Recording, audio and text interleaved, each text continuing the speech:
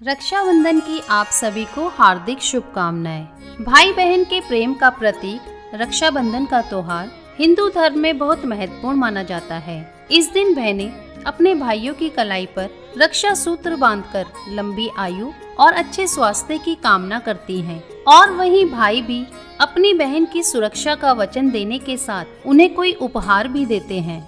आज की इस वीडियो में हम सुनेंगे रक्षाबंधन से जुड़ी कुछ पौराणिक कथाएं। एक बार युधिष्ठिर ने भगवान श्री कृष्ण से पूछा, हे भगवान, मुझे रक्षाबंधन की वह कथा सुनाइए जिससे मनुष्यों की प्रेत बाधा तथा दुख दूर होता है। भगवान कृष्ण ने कहा, हे पांडव श्रेष्ठ, एक बार दैत्यों तथा असुरों में युद्ध छिड़ गया और ये युद्ध लगातार 12 वर्षों तक चलता रहा। असुरों ने देवताओं को पराजित करके उनके प्रतिनिधि इंद्र को भी पराजित कर दिया। ऐसी दशा में देवताओं सहित इंद्र अमरावती चले गए। उधर विजेता दैत्यराज ने तीनों लोकों को अपने वश में कर लिया। उसने राजपथ से घोषित कर दिया कि इंद्रदेव सभा में ना आए तथा देवता व मनुष्य यज्ञ कर्म ना करें, सभी लोग मेरी पूजा करें। दैत्यराज की इस आज्ञा से यज्ञ, वेद, पठन पाठन तथा उत्सव आदि समाप्त हो गए। धर्म के नाश से देवताओं का बल घटने लगा। यह देख इंद्र अपने गुरु बृहस्पति के पास गए तथा उनके चरणों में गिरकर निवेदन करने लगे, गुरुवर, ऐसी दशा में परिस्थितियां कहती हैं कि मुझे यहीं प्राण त्याग देने चाहिए। ना तो मैं भाग सकता हूँ और ना ही युद्ध भूमि में टिक सकता हूँ, कोई उपाय बतलाइए। बृहस्पति जी ने इंद्र की वेदना सुनकर उसे रक्षा विधान करने को कहा। श्रावण पूर्णिमा को प्रातः काल निम्न मंत्र से रक्षा विधान संपन्न किया गया। येन भद्रो बलि राजा दान वेंद्रो महाबल तेन त्वाम भिवदनामी रक्षे माचल माचल। इंद्राणी ने श्रावणी पूर्णिमा के पावन अवसर पर द्विजों से स्वस्ति वाचन करवाकर रक्षा का तंतु लिया और इंद्र की दाहिनी कलाई में बांधकर युद्ध भूमि में लड़ने के लिए भेज दिया। रक्षाबंधन के प्रभाव से दैत्य भाग खड़े हुए और इंद्र की विजय हुई।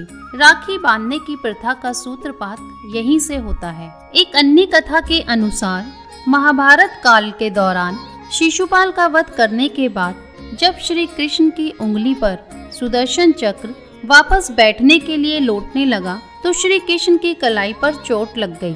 ऐसे में द्रौपदी ने तुरंत साड़ी का पल्लू फाड़कर कृष्ण जी की कलाई पर बांध दिया। भगवान कृष्ण इससे बहुत प्रसन्न हुए और उन्होंने द्रौपदी की जीवन भर रक्षा करने का वचन दिया। जब पांडव कौरवों के हाथों द्रौपदी को जुए में हार गए तो श्री कृष्ण ने उनके सम्मान की रक्षा कर अपने वचन को निभाया। तभी से रक्षाबंधन के दिन भाई की कलाई पर राखी बांधे जाने की परंपरा शुरू हुई। कुछ समय पश्चात जब दुशासन ने द्रौपदी का चीर हरण किया तब श्री कृष्ण ने चीर बढ़ाकर इस बंधन का उपकार चुकाया। यह प्रसंग भी रक्षाबंधन की महत्ता को बताता है। रक्षाबंधन मनाने की तीसरी कथा यह भी प्रचलित है कि राजा बलि भगवान विष्णु के परम भक्त थे। वह दान पुण्य में विश्वास रखते थे। विष्णु जी ने अपने भक्त की परीक्षा लेने के लिए ब्राह्मण के रूप में उनके पास पहुँचे। राजा बलि यज्ञ कर रहे थे।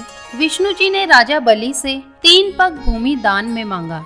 राजा बलि ने ब्राह्मण की मांग को स्वीकार किया। ब्राह्मण ने पहले पग में भूमि और दूसरे पग में आकाश नाप लिया। राजा बलि समझ गए कि वह भगवान विष्णु है। उन्होंने तुरंत ब्राह्मण के तीसरे पग के सामने अपना सिर रख दिया। विष्णु जी प्रसन्न हुए। फिर राजा ने भगवान से पाताल लोक में उनके साथ रहने का वरदान मांगा। विष्णु जी ने वरदान दे दिया और वे उनके साथ रहने लगे। दूसरी ओर माँ लक्ष्मी भगवान विष्णु के वापस लौटने का इंतजार कर रही थी। माँ लक्ष्मी एक गरीब महिला के रूप में राजा बलि के पास पहुंची और उन्हें राखी बांधी। राखी के बदले राजा ने कुछ भी मांग लेने को कहा। माँ लक्ष्मी तुरंत प्रकट हुई और उन्होंने विष्णु जी को मुक्त करने का वचन लिया। राखी का मान रखते हुए राजा बलि ने भगवान विष्णु को वापस स्वर्गलोक भेज दिया। अगर आपको आज की वीडियो पसंद आई हो तो लाइक, शेयर, कमेंट करें और चैनल को सब्सक्राइब करना ना भूलें।